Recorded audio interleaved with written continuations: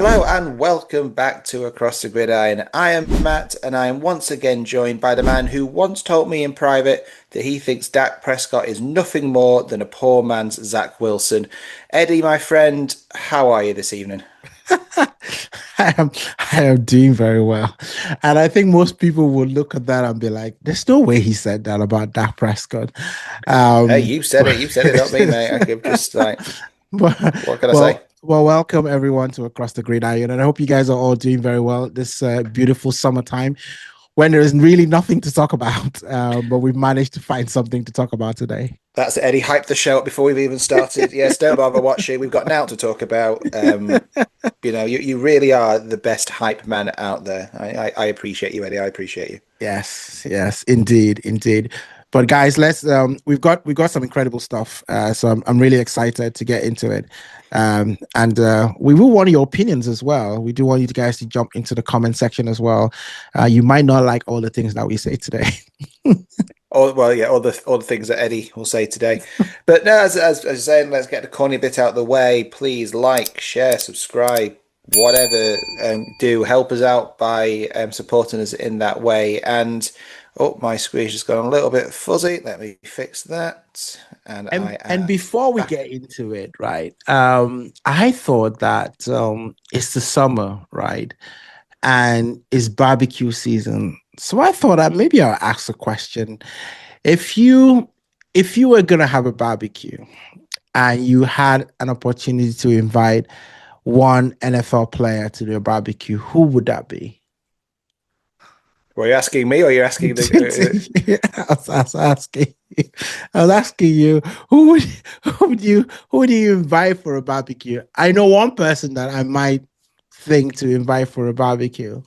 To be honest, if I was cooking the barbecue, I don't I'd be too scared to invite anybody in the NFL only because I'd probably do an absolutely terrible job and I would more likely cause that person food poisoning that would then share the rest of the team. So actually, in that instance, I will invite Dak Prescott. I will give him food poisoning and he can spread out across the entire Cowboys team just to see the look on your face. However, what I will say, I would happily go to any NFL player cooking a barbecue because some of those guys I bet will cook a mean barbecue. Yeah. That's one of the many things America do better here than the UK. I, But for me, it's more a case of but it's not barbecue season. I don't know about where you live, Eddie, but on Friday we're having a hose pipe ban and we can't use any water.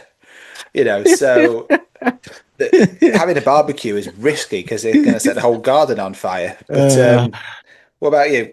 um, I was thinking about this, and I think to myself, there are two people that I would definitely want in my barbecue. One of them is Josh Kittle. I think that he would be the kind of life of the party. And then the second person would be Travis Kelsey, right? Only because he might not come alone. So, and that definitely will brighten up the barbecue. Yeah, that was going to be my point. But I mean, I was thinking about it more for my daughters who would love to meet Miss Swift. You're Yeah. thinking purely for your own indulgence, you know. I mean, Travis, would you mind go sort the barbecue out? Just leave me a few minutes alone with Miss imagine Swift. imagine what it would look like for the neighborhood to have Swifty there. I mean, no one would know anything about Travis Kelsey. It could be like a bouncer or something. And then everyone is like showing up for Taylor Swift. Well, let's be honest, mate. If there's an American football podcast out there who's doing bigger numbers than us, it's probably the Kelsey Brothers podcast. It's probably doing slightly better than us. So I wouldn't throw too much shade on There, Travis Kelsey. So there. I like the fact that we're already like a couple minutes in and we've already gone completely off topic. Off And we topic. have, I mean, we were going to have, I know we're scrabbling for content at the moment, but I think, which NFL player invited to a barbecue is the exact kind of searing insight that people tune in to us Absolutely. to hear to. But What we are going to try and talk about today, for all you people who are for some reason still watching this absolute shower that me and Eddie are putting on at the moment, we are going to again try and do a little bit of a preview coming into the 2025 season. Now, one thing we've noticed, there aren't many people or many sort of articles on doing previews at the moment because nobody is that daft enough to actually do previews just yet, but we are that daft. So we're going to look at the NFC. We're going to look at see who could potentially be taking the Eagles' crown. We're going to look at some of the runners and the dark horses for the NFC, and then do exactly the same for the AFC in part two. And then we're going to wrap up this week and look at some of the MVP contenders. Who are the obvious ones who are going to be in there, and who are some of the dark horses that could potentially come in half the way and maybe throw a bit of a curveball into the voting. So, should we dive into it, Eddie, or have you got some more Yeah. wild or any more wild segues that you want to No, throw let's in? get into it. Let's get You know, into it. which NFL player would you like to meet in a sauna? Right. Let's get Okay. into it. Let's get into it. Right. I'm the bad guy. I'm the, I'm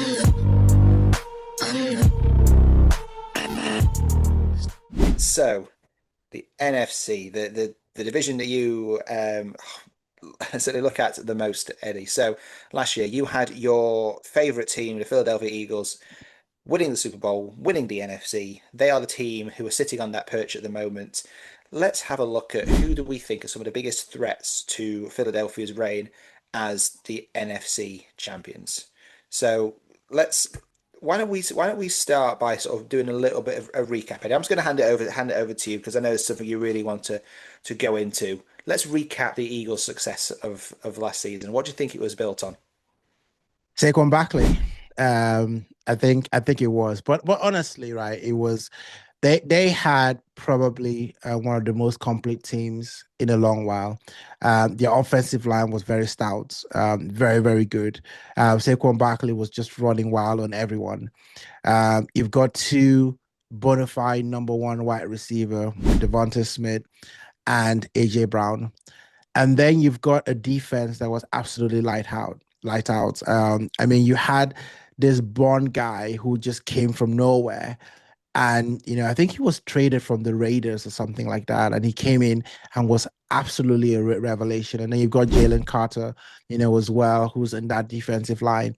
And so basically, all the quarterback needed to do was not mess it up. And to be fair to Hurts, he looked the part last season, and with a very stacked offense. And listen, it wasn't lack of competition, to be fair, because they had to go through some very decent teams to get to the Super Bowl.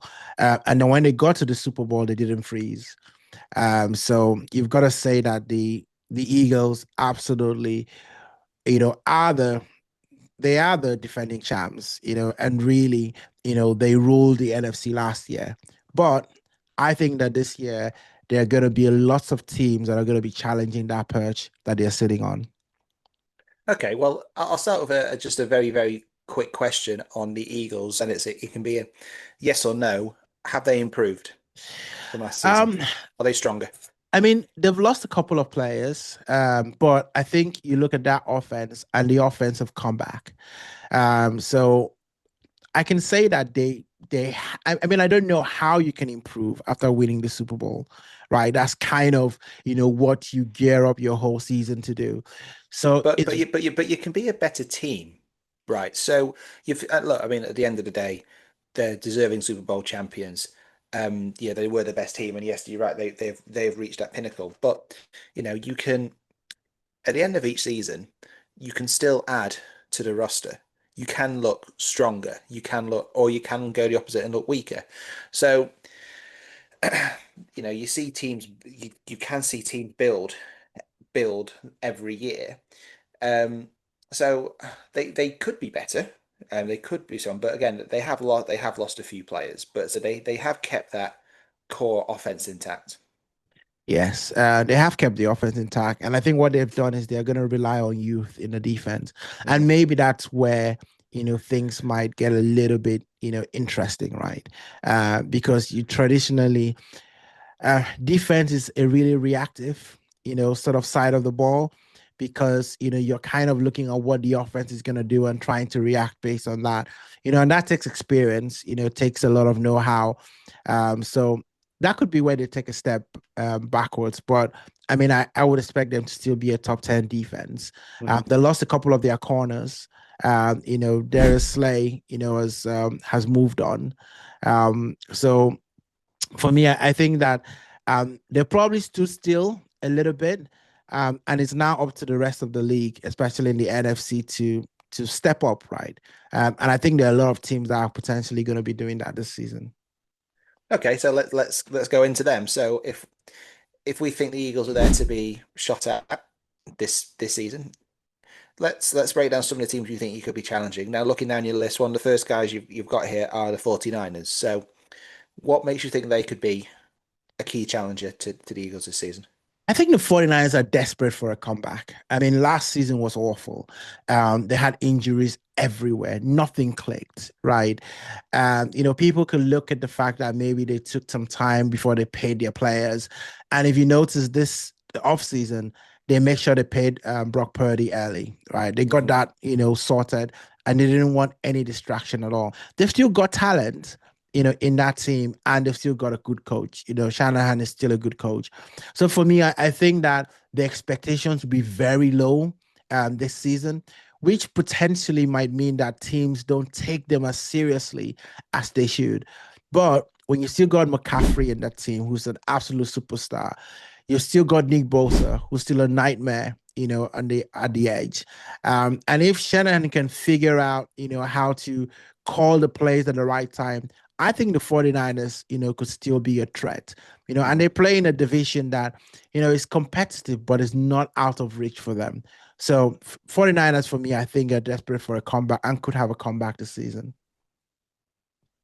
Well, I mean, it, let's be honest, it can't get much worse, right, than last season. And you'd have thought really the only way is up for them. I mean, you're right. They got Brock Purdy paid quickly. They paid a lot of money for him in order to to They to, to did. get that done. I mean, I'm not as convinced on the 49ers. I think they'll be in a shout. I think they will have a shout, sorry. And I'm just trying to remember who else is in their division in the So West. so they've got the Seattle Seahawks. Yeah, Seahawks, Rams, and They've got the Cardinals, haven't Rams, they? Yeah. yeah, Yeah. and Cardinals, yeah. So I can't see the Cardinals or the Seahawks causing too much damage. I mean, I think it's going to be between. You'd have thought it would be between the Rams and the 49ers, Yeah, who are going to be going challenging for the playoffs this season. yeah, I see the 49ers as a playoff team. I yeah. do. Um, can they win the NFC North? Sorry, can I win the NFC Championship? Sorry, again, possibly. But I do mean, you, so they've shown they can do it.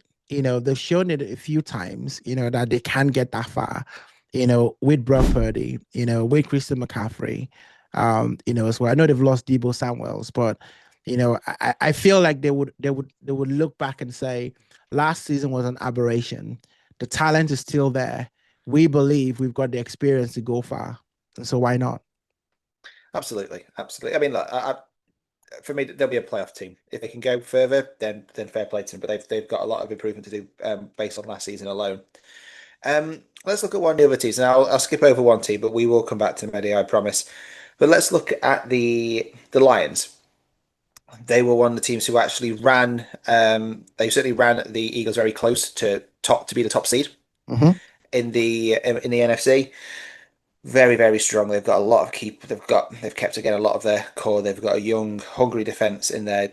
Do you think that obviously they did so well throughout the regular season, just fell short towards the end and in the playoffs? Do you think this could potentially be the Lions' season? Because spoiler alert, I think these guys would be my favorite to take that top seed.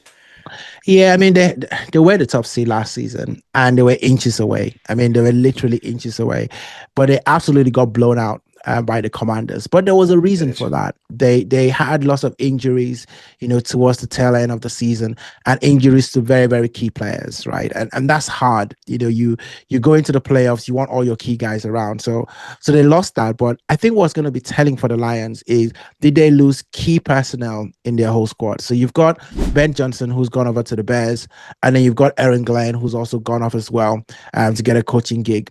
Now that's brutal, right? So you've got your two, coordinators leaving. And so the question is, can they keep climbing without those guys, right? And that's going to be the big test for them, because that's always tough, because, you want to keep all your pieces, right? But, having said that, you've got Jared Goff, who was in the MVP conversation last year. And then you've got Amon Ra, who is also an absolute weapon. And they've got defense that are absolute stars, right? So you want to hope that they keep, the same systems. And this is always the thing that people always look at. When new coaches come, they might come with their own style of play, they might come with their own system, but you want to think that Dan Campbell is the one that is really driving how, the Lions play, and they're a reflection of the kind of personality that he is. So if they keep the same aggression, then maybe I'll rate them. But I won't be surprised if the Lions take a step back this season, though. I think it's possible. I mean, they did so well last season, but there were so many things. Sort of, there was so much expectation on that team last year, even all the way from like the draft being held in Detroit, for the beginning of that season. And yeah, they got blew out by the Commanders, but which I think shocked everybody. I mean, it's interesting just looking at the ESPN did a list of sort of like who are who've got the most chance of winning the Super Bowl. Now this was done back in May, right? So it's a couple months old now, Mm. but they put the Eagles as the favorites, giving them a Yeah. 12% chance. You've then got the next three teams in the AFC, which I won't talk about yet because we'll talk about the AFC later. They then had the Lions as fifth, right? As fifth, highest chance of winning the Super Bowl. They gave them an 8% chance versus a 12% chance of the Eagles. So clearly the Lions are still, the favorite. Now, oh, sorry, clearly the Lions are one of the favorites. I kind of want to group the next sort of two together, because the two teams below that listing are in sixth and seventh are the Commanders and the Rams, both given, according to ESPN, a 5% chance of winning the Super Bowl. So obviously, let's start with the Commanders just briefly. Obviously, they were fantastic last season, blew everyone's expectations out of the water. This was not a team that was built to go. This was a team that was not built to go to the NFC Championship match, right? They weren't built to do it, but they did above all expectations. We've talked quite a lot about Jaden Daniels, and we'll talk about him again later on this episode. Do we think that he is the Commanders are a realistic option, a realistic threat to the Eagles this season? You've got to add them to the mix. I don't think you can discount them. First of all, you look at the division that they're in, and I predict that the NFC East is going to look like the NFC North last season in terms of three teams potentially coming out of that division. Um, I don't see any reason why they didn't lose any of their coaching staff. In the command, there's a significant. I'm sure there's one or two, coaches that have moved on, but I'm talking about coordinators and things like that. So that hasn't happened. They brought in, Debo Samuel, as well. So certainly he's going to make a difference to the team. My only problem with the Commanders is that their wide receiver, Terry McLaurin, hasn't gotten paid yet. That's another team that they're having contract conversations with. And I don't know, teams, why they do this. And he's been an absolute bona fide wide receiver in the league. I would put him in one of the top 10 wide receivers. So you got to the championship last year. Why don't you do all you can to actually, go one step further? And that starts with getting the guys, on the team, the guys that you believe in, making sure that they are settled, and then you're adding pieces to it. You don't want to be taking pieces away.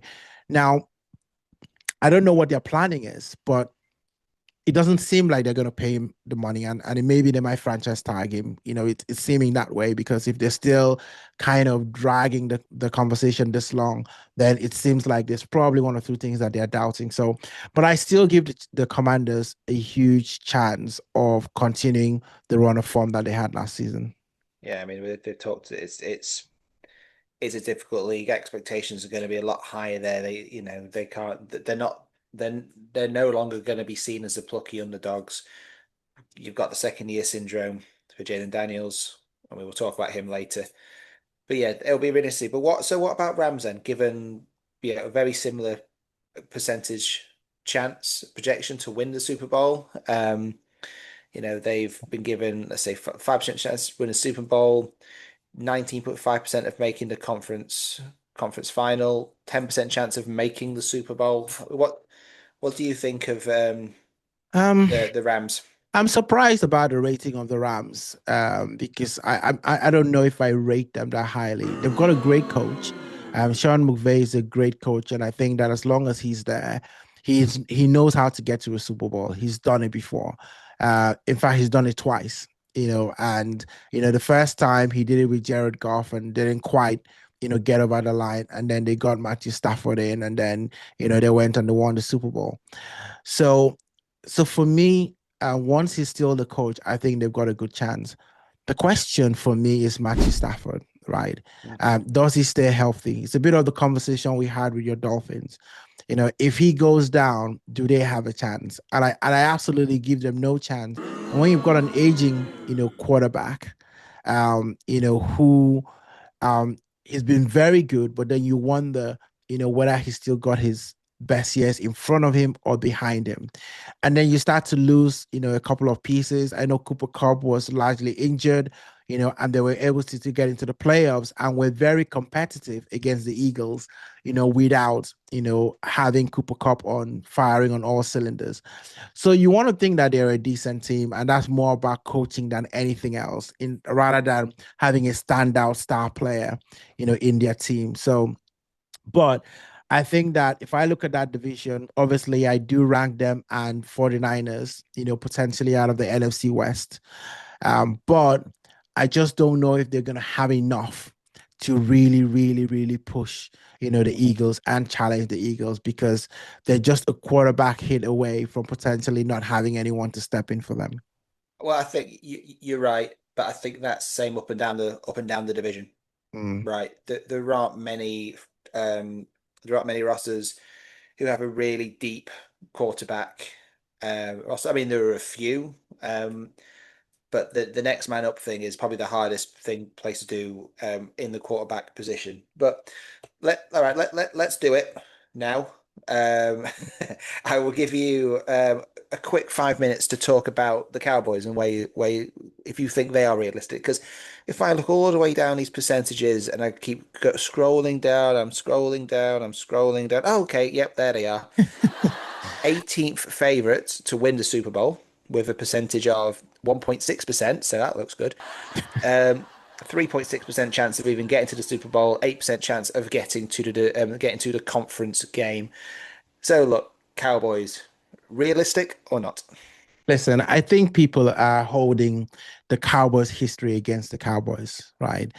And I don't understand why people do that, right? Why are you holding 20 years of not getting to the Super Bowl against the Cowboys, and forgetting what the team, and this is the thing, right? When people talk about the Cowboys, they say, "Oh, the Cowboys never do anything in the playoffs. They never go past." The division round. They've not even smelled the championship in a long time. But when they talk about other teams, they talk about the talent in the team. They talk about the players that are there. Why aren't people talking about the Cowboys and talking about the players that are there? And speaking about the players, you've got Dak Prescott who's coming back from an injury, and every time he's come back from an injury, he's absolutely balled out. And according to the reports, he's going to be a full go, this season. So every time Dak Prescott plays a full season, the Cowboys are in double-digit wins and are always in the playoffs. Because he's that good. But then you now add Josh Pickens, into the mix, right? Now, for a long time, it's been CeeDee Lamb and a bunch of maybes, right? Who you don't know who the number two is. Now you've got a bona fide number two in the Cowboys. You've got Josh Pickens, you've got CeeDee Lamb. They've got no running back, so that kind of like, goes against my argument. But if you look at the defensive side of things, you got Micah Parsons, right? And as long as, Cowboys don't mess things up with the contract situation and all of that. But I fully expect Micah Parsons to do Micah Parsons things. He doesn't look like the kind of player that will come in and not do what he needs to do. And he's more of a leader now. The deck's been cleared with DeMarcus Lawrence, moving over to the Seahawks. He's now the undoubted leader of that defense. And I think that he will want to show that. And then you add the fact that you've got Matt Eberflus that is coming in as a defensive coordinator, for the Dallas Cowboys. May not have worked out as a coach, but look at what happened, to Dan Quinn when Dan Quinn came, to the Cowboys. People were looking at him about his lack of success or whatever it was with the Falcons. He goes to the Cowboys and look at how the defense absolutely took a step up. I expect similar sort of thing from Eberflus in the Cowboys. And then for me, you look at the division, right? And I know the Eagles won the Super Bowl last season, but I think there will be that drop off. It is just natural, right? There's only really been, one team in recent history that just don't seem to have any sort of Super Bowl slump, and that's the Chiefs, right? The Chiefs just seem to, understand the program. They've got the memo, and every year they just go about and do it. But every other team, have struggled to try and repeat that. Look at the Rams, look at the Bucks, even the Eagles when they won it the first in recent time with Nick Foles. The next season, what happened?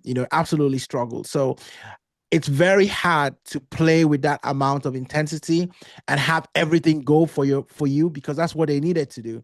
They needed Saquon Barkley to go for 2,000 yards, right?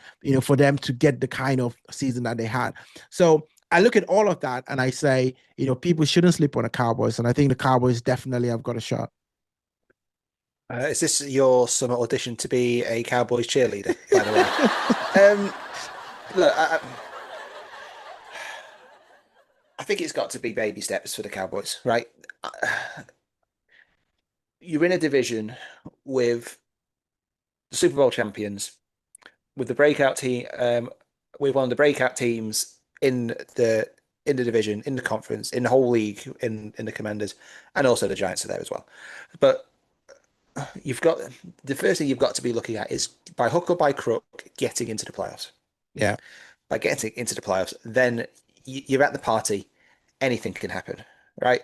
You know, if you would have said that at the beginning of the season that in the playoffs the Commanders would blow out the Lions, you wouldn't have thought that was going to happen, No. but it did, right? So anything can happen in the playoffs. Um, you've just got to see the first point is getting there, and if you get there and you get a good draw, then you've got a chance. I think that sort of middle of the pack is probably where you guys are at the moment because I just think you're in a real tough division and it's a real hard hitting conference. But every point that you make about how you double digit victories when you've got Prescott fit, that's obviously going to be key. Eberflus, if he can do a good job on the defense again, excellent points. I think you've a real strong chance of the playoffs. I don't think you've got a strong chance of the Super Bowl, but you've got to get to the dance first before you have a chance. So just quickly, one word answer. Who at this stage is winning the NFC? One word. I know I've said all that about the Cowboys, but I think for me it's the Lions. It's got to be the Lions. That's a good one word answer in about 20 words. I'm agreeing. Lions for me. Okay, great. So let's call part one there. We'll be back part two to do exactly the same with the AFC, but maybe slightly less passion in Eddie's voices. Um, and you guys watching at home, listening, who do you think could take the NFC title potentially away from the Eagles, or do you think it'll be the Eagles soaring high again? Leave your comments below, and we will see you back in part two. I'm the, I'm the, I'm the. Hello and welcome back to part two of Across the Gridiron. So in part one, we looked at the NFC, who could possibly knock the Eagles off their perch. And now we're going to focus on the AFC, which has been dominated by them Chiefs over the past God knows how many years. I've even lost count. Patrick Mahomes is still reigning supreme in the AFC, but is there anybody who is ready to end that dynasty? So, Eddie, let's look at some of the runners and the riders for the AFC. But look, before we do that, let's just quickly touch on the Chiefs, like we did with the Eagles. Do we think that the Chiefs are looking better, or are they looking worse than last season? Because last year, again, just a bit of a recap. Last year was an odd year for them. I thought the Chiefs. They basically they basically did 1-0 to the Arsenal every single game last season, right? They did what they needed to do. They didn't play well.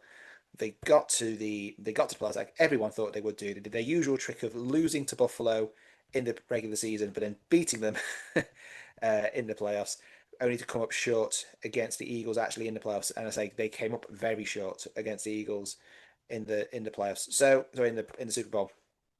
So how do we think that they are looking coming into the 2025 season? See, I'll start with a quote from one of my favorite movies. Um, you know, and you, Are you trying to seduce me? Is it that one? no. I'll have what she's having. So it's the movie called The Usual Suspects. I don't know if you've seen the Usual Suspect, and and the guy said that one of the biggest trick that the devil ever did was to convince people that they didn't exist. And I look at the Chiefs, and this is one of the things that the Chiefs have been able to do, because it really it doesn't matter how the Chiefs look. It really doesn't matter. They can look strong, they can look weak, but the minimum for them is AFC Championship, which is just absolutely ridiculous. And so until someone is capable of pushing the Chiefs out, season after season, you've got to say that they improve just by being there. The Chiefs are a better team every season just because they're there. And as they've got Patrick Mahomes and they've got Andy Reid there, you've got to say they have improved. That's a funny thing to say, but they probably don't need any additions to improve, because that's just what they do. They always get better, every season, and they find ways to win. I mean, we're talking about, the way they won the league, the games last season, last minute plays, where, field goals were like, strange things were happening to the other teams. Right? Other teams get to the fourth quarter and it's like as if they become crazy and do silly things and they just find a way to lose to the Chiefs. I don't see that stopping. So the Chiefs have gotten better just by being the Chiefs. There we go. That's a very depressing start for anyone who supports a team in the AFC. So thank you for that, Eddie. All right, well, let's look at some of the contenders then, and I'll group these two together because they're always there or thereabouts. Yeah, It's the Bills and the Ravens. yeah. I mean, again, just going back to what I was looking at before, in part one, was AFC was looking at ESPN's power index for 2025 and looking at the projections. I mean, they've got the Eagles, as I said, with the highest probability of winning the Super Bowl at 10.9%. The one below that is the Chiefs at 10.3%. So, just purely by going on this, they see an Eagles Chiefs Super Bowl. But then in third and fourth of that list are the Buffalo Bills and then the Baltimore Ravens, both with around a 9.5% chance of winning the Super Bowl. So again, purely going off these predictions, you can't really split the two. Mm. Um, you've got two of the best quarterbacks in the division. They were in the shootout for the MVP last season, and Lamar Jackson and Allen. Surely it's got to be one of these two seasons this season. So let's look at those two. Well, let's start with the Bills. Where do you see the Bills this season? I mean, Josh Allen returning MVP, from last season. And I think it's time that Josh Allen actually gets over the line. Mm-hmm. And it's a little bit frustrating because, when you're that good of a quarterback that he is, the last thing that you want is to be running against Usain Bolt. This is how a lot of runners feel like during that Usain Bolt era, because you'll be looking at the times that the people ran, and you're like, if you take out Usain Bolt's time, that time is enough to win, any Olympic or any race.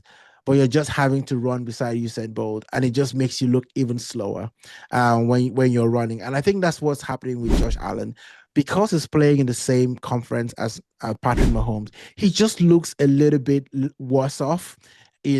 When if you didn't have Patrick Mahomes, you'd be thinking, "Oh my goodness, Josh Allen, look at what he's doing." But because he's competing with Josh Allen, just takes the shine off him a little bit.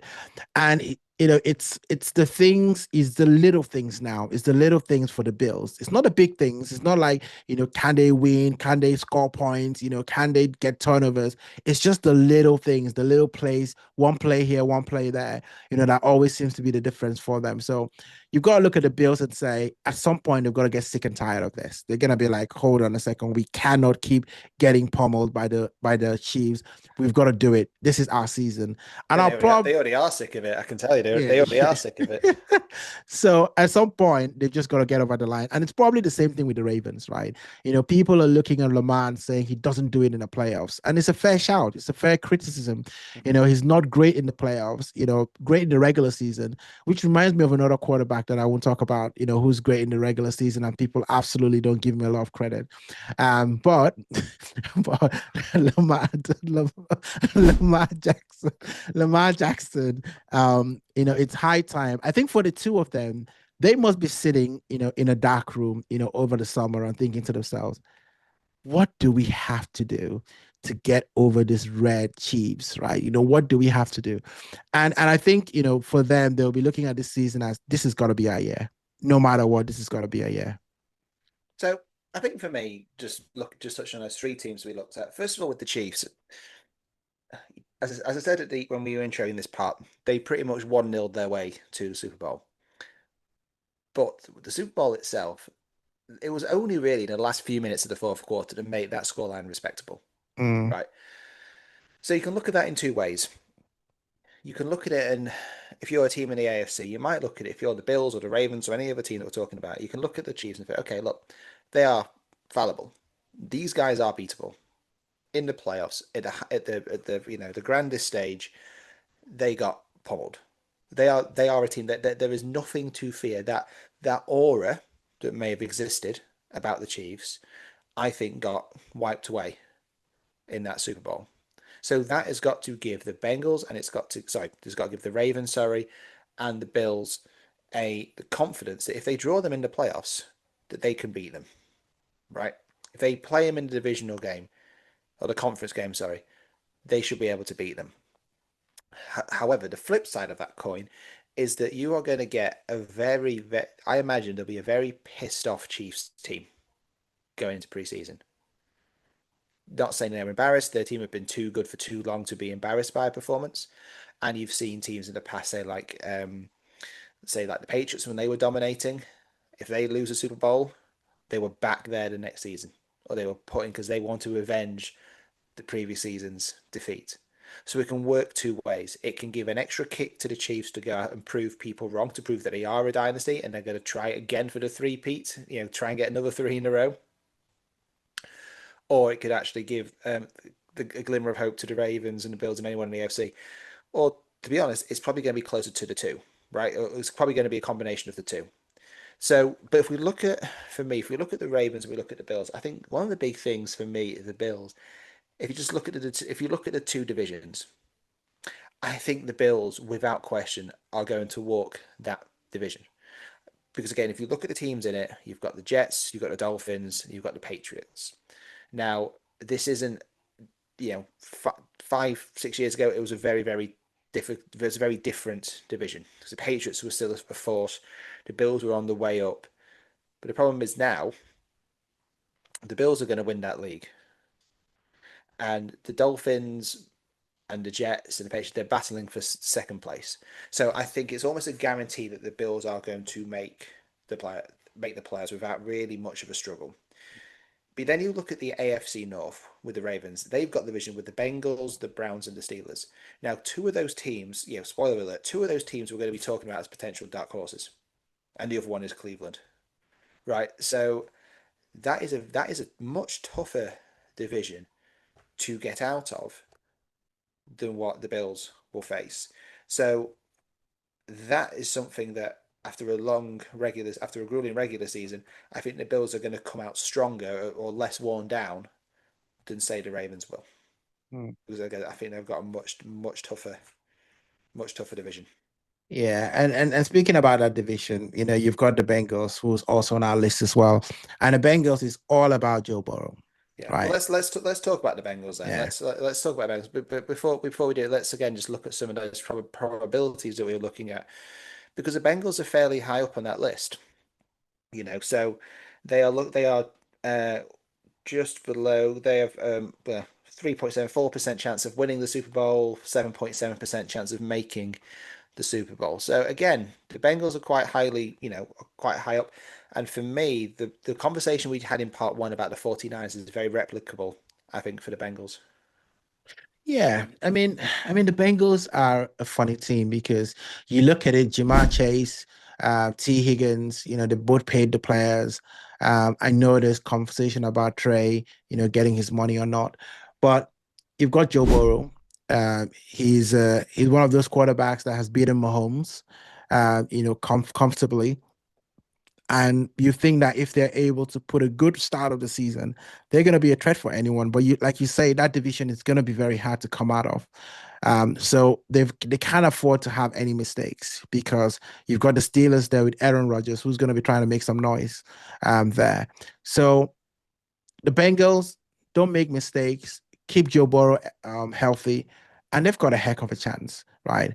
I fancy if Joe Burrow meets Patrick Mahomes, I actually fancy Joe Burrow to beat Patrick Mahomes compared to the likes of Lamar or Josh Allen, because I just feel like those two have gone against each other, so many times that they probably got each other's numbers. It's a little bit like in football sometimes, you keep playing a team, over and over again, and then a team almost has that psychological edge, over you, you're always finding different ways to win. And it's just like, okay, can't seem to do it.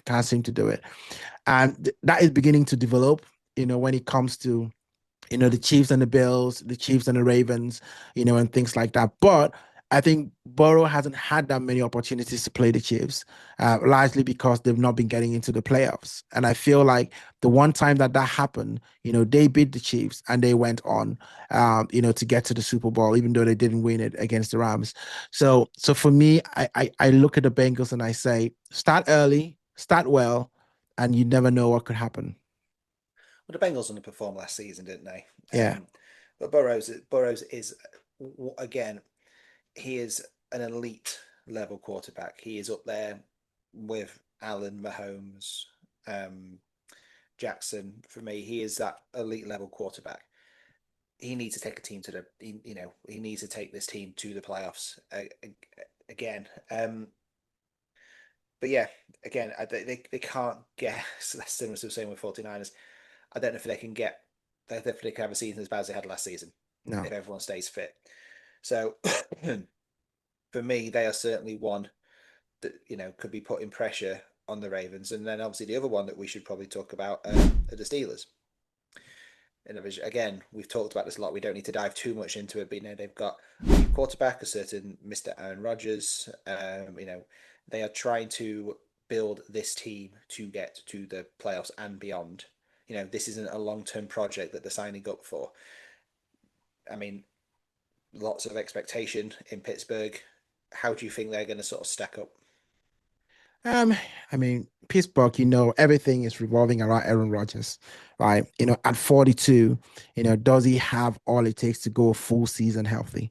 And I think that's the question. Is Aaron Rodgers a good quarterback? I think so. I think he is. I think he's still got a little bit of juice in him.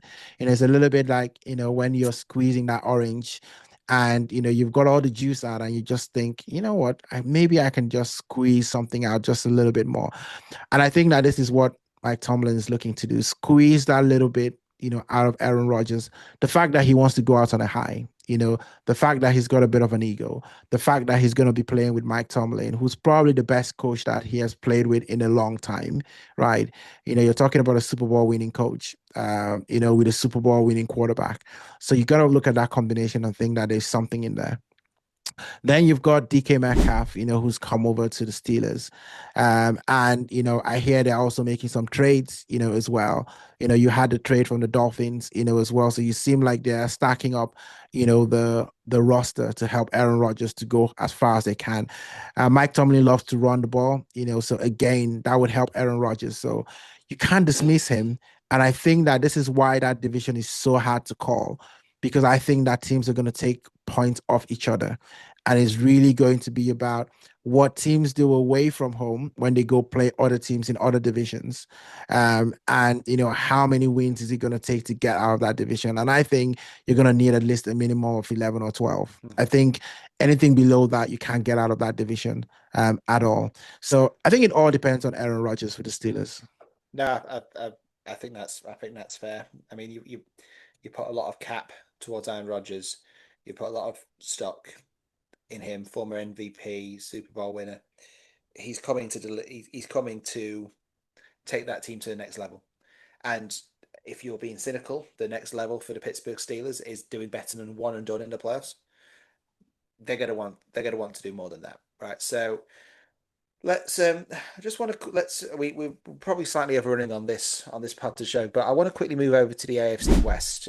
We had one team on our list, but I want to throw another team on this as well. So let's just have a quick minute on both the Denver Broncos. Obviously, again, another surprise package last season with Bo Nix leading the line, actually getting into the playoffs, which was fantastic for them. But I also want to look at the LA Chargers Mm. now, because looking at some of the betting odds, they are actually favourite to come second over the Denver Broncos. So a lot of people think the Chargers have a better chance of getting to the playoffs than the Broncos this year. So again, what what are your thoughts on those two? Um, I think those two teams, a conversation is going to be revolving around their coaches, right? Harbaugh, coming into the league, the Chargers, the record always shows that in his second or third season, he always gets his team into a championship. So you want to look at that and think, okay, you know, is that going to happen? Justin Herbert is supposed to be a very good quarterback, and he had statistically one of the best rookie season out there. But he's never really lived up to that. It's either been injuries, and things like that. They've had lots of coaching changes, as well. And all of these things haven't worked, quite well for them. So having said that, you then look at Denver Broncos. You've got Sean Payton, who is supposed to be, who's an absolutely great coach, and I think they found a quarterback. Because for a while they tried the Russell experience, Russell Wilson experience, that didn't really work. Bo Nix came in, and you felt like Sean Payton had a quarterback that he could actually mold, a quarterback he could actually teach, a quarterback he could coach the way he wants. And look at what they did. They came close to beating the Chiefs in the regular season the first time that they played. Of course, they beat them, the second time that they played, but at that point in time, the Chiefs were already in the playoffs and all of that, and they rested a lot of their players. But I look at that team and I think that Bo Nix will take another step up, as well. I think Sean Payton is going to watch to make sure he doesn't get the sophomore slump, as well. So those two teams, I think that they are real dark horses in the AFC. I think you've got on mute. Bloody hell! I tell you what, it's still COVID again, isn't it? But no, look, I think you're right. I think those two teams are dark horses. Again, if we're honest, they're both battling for second place again because the Chiefs are more than likely to win that division. But yeah, same question I asked you at the end of part one. One word: who's taking the AFC this season? Do you know what? I'm going to surprise everyone. You can't say the Cowboys. No, the wrong conference. I'm going to surprise everyone. I'm going to go with the Bengals. Okay. I'm going to go with the Bengals. I think that's going to be my pick. I'm gonna go for the Bills. I think it's their time. It's their time this year. So okay, that's the end of part two, guys. Thank you for sticking with us on that. If let us know in the comments who you think are going to take the if anybody's going to knock out the Chiefs this year, if everyone's going to knock them off their perch, or if you think it's going to be the Chiefs again who are going to the Super Bowl from the AFC. And we'll be back in part three for a very, I'm sure, very short discussion on MVP candidates for Yeah. this year. See you in part three.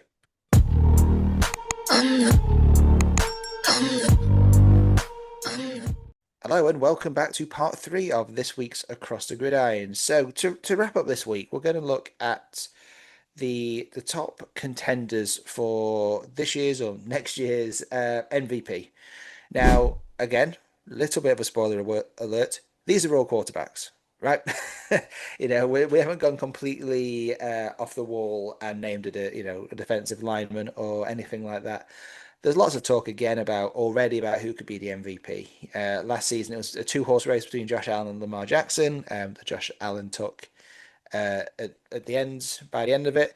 So we're just going to look at who we think are the top five, or in certain cases, who I think are the top five or the top four, and then another one that Eddie's put in as well, just for I'm sure just for banter. I imagine. So let's get into it first. So these aren't in any particular order. That's one thing we will say. I think we're going to talk through who we've got the five in the list, and at the end of the video, we might just give who our favorite is going into it. So let's start with a guy who is always around the conversation of MVP. He wasn't really in too much of running last season, but he's always there or thereabouts, and that's Patrick Mahomes. He is the consistent elite tier quarterback at the moment. He's always there. Got Super Bowl last year. Obviously didn't win, but Eddie, good old Paddy Mahomes. How do you see his chances this year? It's Mahomes until I think that's pretty much that sums it up. You got to have Patrick Mahomes in the MVP race. I don't care, what he did last season. I don't care what he did 2 seasons ago. You just got to have Patrick Mahomes there. He's just that good. You've got Patrick Mahomes, and then you start to consider other people. I think that's fair. I think everything that he's done again. I know you don't look at the past couple of seasons, but everything he's done in the last couple of years is it's just consistent. He's Over the past few years, he's just been one of the consistent elite level quarterbacks, and because I think sometimes he has this whole team around him. Hmm. He's certainly not a one man show. Maybe that's why he wasn't in the running as much for MVP last season, despite winning the conference. But yeah, for me, he's going to be in that conversation. Yeah. We know the Chiefs are going to go far, and if the Chiefs go far, good old Paddy will he'll be in that discussion. Hmm. Um, so let's maybe look at the next one that we've got on our list is Josh Allen, the reigning MVP. So Buffalo Bills quarterback, dual threats. He was just outstanding last season, wasn't he, Eddie?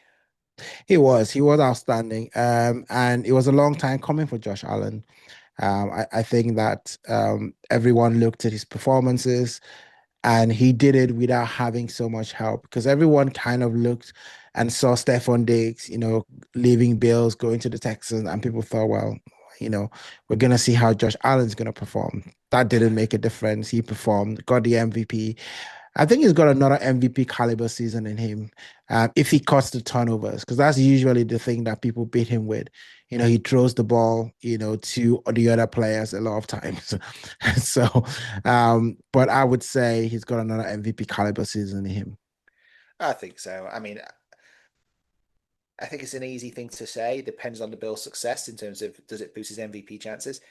I think yes, but at the same time, they didn't go to the conference final last season. Yet he still got the MVP, right? Yeah. Because I just think over the course of the season, he's just consistently there. We said in part two that the Bills are going to win that are going to win their division, so they're going to go to the playoffs. It's it's just a case of how far he can get them. But if he has anything close to the sort of season he had last season, for me, he is right up there, and he probably is the best quarterback in the division for me. So in the league, I should say, at the moment for me. Um, Okay, let's look at next. Let's look at his sort of running buddy, shall we say, for last season. Lamar Jackson, obviously of the Baltimore Ravens. He's been MVP in the past. He's got certainly a unique style of play. We had plenty of conversations last year about last season about the pros and cons of Jackson, and for the life of me, I can't remember what the hell we talked about. And I can't remember if we thought he was a shoe in or if we thought the team were ruining his chance. I generally can't remember. It was too long ago, and it wasn't really that long ago. But again, what do you reckon to Lamar's chances this season? He's a defender's nightmare. I think that's just, you look at Lamar Jackson and, if you're a defender playing in the other team, you're staying up all night thinking, how are we going to do this? How are we going to defend against Lamar Jackson? Because you know that if he takes off, it's very hard to get down on the ground. So he's difficult like that. He's electric. He definitely has got MVP, around him. If he if they let him do, and I think sometimes he got overexposed a little bit last season, when they wouldn't let Derrick Henry just do what Derrick Henry needed to do, and they just wanted him to throw all over the yard. I think that, Lamar Jackson is very efficient when he's unpredictable. So hand the ball, to Derrick Henry, maybe let him run a little bit and then let him throw. I think that brings that electricity for Lamar Jackson. He's definitely got another MVP season in him. But the only thing that might count against him is, are people tired of voting for Lamar Jackson as MVP?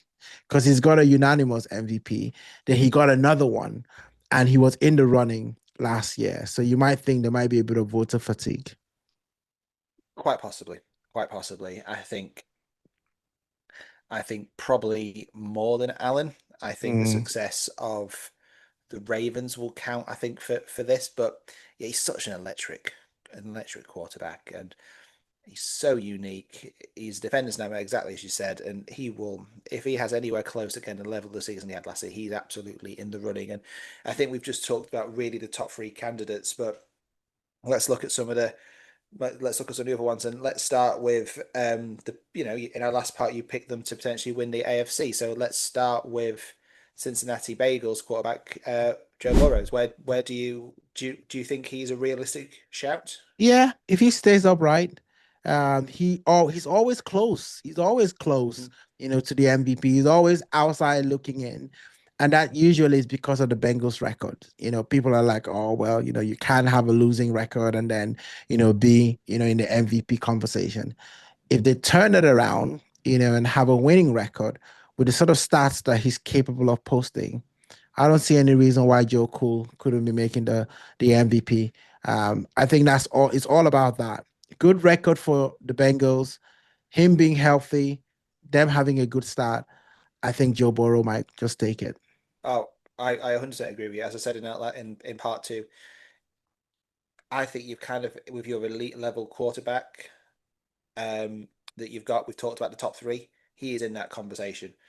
Problem that Joe Burrow's got, he's played for a weaker team, right? You're not going to win the MVP if you are putting up a losing record. It's Yeah, just not going to work. no, But if they turn it round, um, there is no reason why he can't be in the running. So I think that we've talked about four there. The things they've all got in common is they're all in the AFC, yeah. right? So that is basically where the big quarterbacks are, I would say. So let's swap over to the NFC now for our fifth choice. I say our fifth choice, your fifth choice. Tell me why you think Dak Prescott is potentially in the running for MVP. I mean, Dak Prescott, the last time we saw Dak Prescott in a full season, he was second, to the MVP, which was Lamar Jackson. And honestly, I haven't let it go because Dak Prescott was the MVP that season. He had more touchdowns, he had more passing touchdowns, he had more yards than Lamar Jackson. But the voters decided that that Dak Prescott didn't play well when Lamar Jackson played against him, and so that game, on the weight of that game, there was no reason why Dak Prescott should have won it. So Dak Prescott is a very good quarterback. I expect him to, now that he's got weapons. And if you remember, that season, that was when CD Lamb was coming into his own. You still had Amari Cooper, in the building. And Dak Prescott, when he's got good wide receivers, he knows how to get the ball to them. So I fully expect with Josh Pickens and CD Lamb, Dak Prescott is going to make hay. Now, that's not a prediction. That's a spoiler. Um, so All right, Paul Heyman.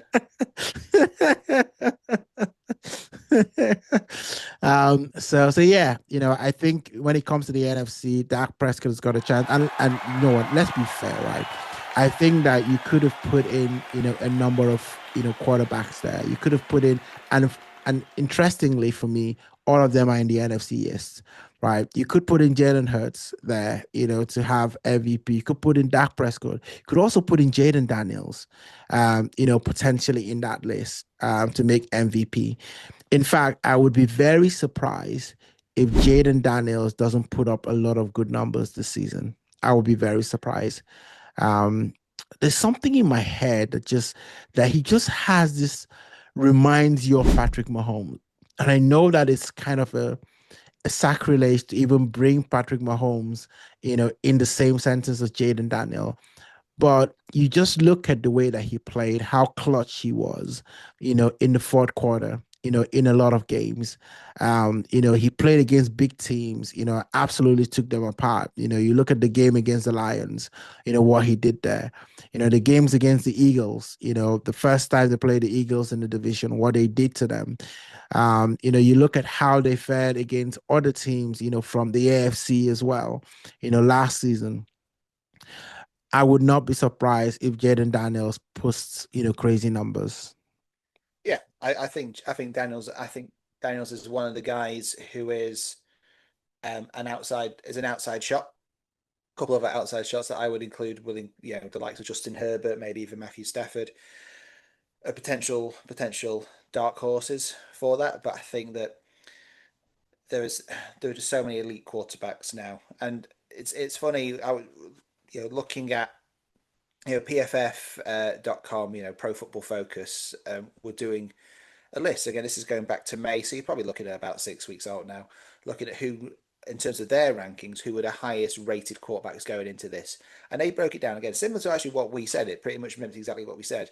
In their tier one, they had four elite quarterbacks: Mahomes, Burrows, Jackson, and Allen.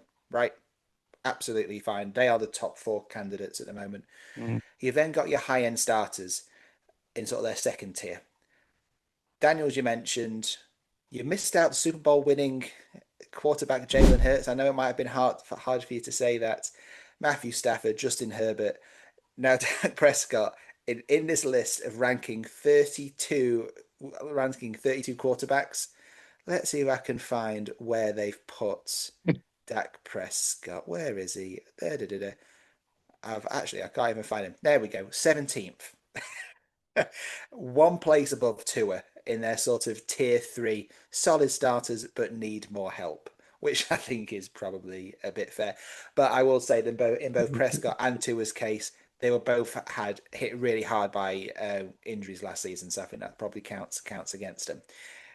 You've probably got your rose tinted glasses on by putting Prescott in your top five. To be honest, slight, maybe not rose tinted, but it's maybe sort of cowboy blue tinted glasses. But I see where he comes from. He has been an elite level quarterback. I don't see him being in the running for the MVP.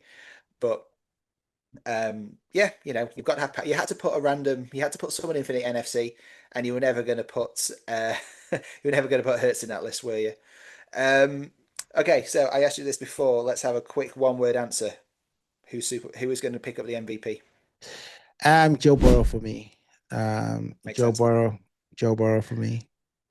Well, you picked Bengals to win the AFC. I picked Bills to win the AFC. So if you've gone for Burrow, I'm going to have to go for Allen as well. I think that's only fair. And I will throw one more quick one at you. Everyone we've mentioned as a quarterback. Who is your dark horse as a non QB potential? Ooh. Non QB. We are talking about this earlier, and I said running backs is going to be hard to do. I can't see Saquon Barkley and Derrick Henry going another 2,000 yards because that's what you need to do to win the MVP. Wide receiver, again, you got to go 2,000 yards as a wide receiver. I just can't see that happening yet. So I'm going to go on the defensive side of things, and I've got a couple of candidates that are potentially on my list here that could be defensive player of the year or MVP. Right? You've got T.J. Watts. If they sort out his contract, definitely he's got the ability to be defensive player of the year. Then you've got Miles Garrett. Who I think the Browns will have to play very well though for him to win that. And then of course you got Micah Parsons, as well. There's one other player, and that's Patrick Surtain, the second, who plays for the Broncos. I didn't mention him earlier on, but he was in the lineup for Defensive Player of the Year. And if we expect the Broncos to play as well as that we think they can play, he's going to have to make a major contribution in order for them to do that. And if he does, he's definitely got the potential, of being elite. But if you were going to pin down someone for me, and people are going to say I'm probably biased, but it will be Micah Parsons. Of course. I mean, as we said before we started recording, the last defender to win the MVP was Trevor Lawrence. Not Yeah, Trevor Lawrence Lawrence, Taylor. Lawrence Taylor, sorry. And that was purely for him for beating Bam Bam Bigelow at WrestleMania. It's nothing to do with nothing nothing to do with his football. For me, if you want, if I was to ask who was a dark horse or the most likely at this stage to win the MVP outside the QB position, Jamar Chase. That would be my dark horse shout because I think we both agree that the Bengals are going to have a good year this year. Yeah, He is their elite level wide receiver. The one thing that kind of stops me from thinking Jamar Chase is that if you've got Jamar Chase bringing in thousands and thousands of yards over the course of the season, it's because a quarterback has been throwing it thousands and thousands of yards to him. And the way the MVP works, they're always going to give it to the quarterback throwing it yeah. thousands of yards than the wide receiver catching it and running thousands of yards. So it's a little bit different to say like a running back in Barkley. If he puts another 2,000 yard season up there, he's obviously going to have to be a shout. Yeah. But for me, they're the two dark horses in Barkley and Chase. There's other quarterbacks who are potentially in that sort of dark horse category. Daniels, you've mentioned Mayfield, but for me, Chase or Barkley, if we're looking outside of QB. But yeah, I think for a week where we've said we are struggling for content, and a week where we started talking about what footballer we would like to invite to a barbecue, I think we've managed to have an episode which is a lot longer than either was anticipated when we sat down to Yeah. start the record. So thank you for anyone who's for some reason still listening or still watching watching this episode, whether you've done the whole podcast or you've done the three parts. We appreciate you as always. Nothing left for me to say other than please leave your comments, please hit that like button, please hit that subscribe button, all that wonderful thing. Eddie, for this week, take us home. Yeah, and cheers to everyone for hanging with us across the gridiron. And don't forget to check out our other videos for more UK flavored NFL tags. And remember, even in the summer heats, if you're not having barbecues with football players, then at least you're doing something right. And football talk never goes out of season. So we'll always catch you next time. And don't forget to hit that smash hit that Hit that like button. smash. Hit that like button. I always get this outros wrong. Ending on a high, Eddie. Ending on a high. don't don't forget to smash that subscribe button and also put in your comments as well because we want to hear what you have got to say about some of our conversation today.